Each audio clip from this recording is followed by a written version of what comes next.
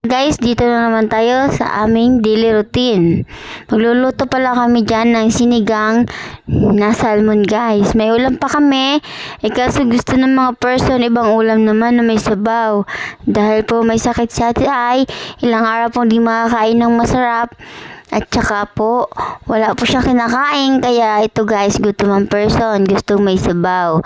Kaya po nagbili kami ng salmon para po gawing sinigang.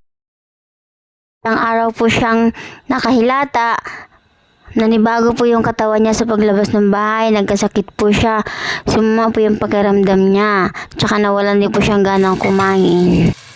Masarap po talaga ang sinigang na salmon, pero ang presyo masarap din sa bulsa. Pero dahil nag-request po ang may sakit, pagbigyan na po natin at siya naman po ang nagbili nitong salmon. Piprituhin na natin ng konti yung salmon dahil gutom na po siya ay kailangan na po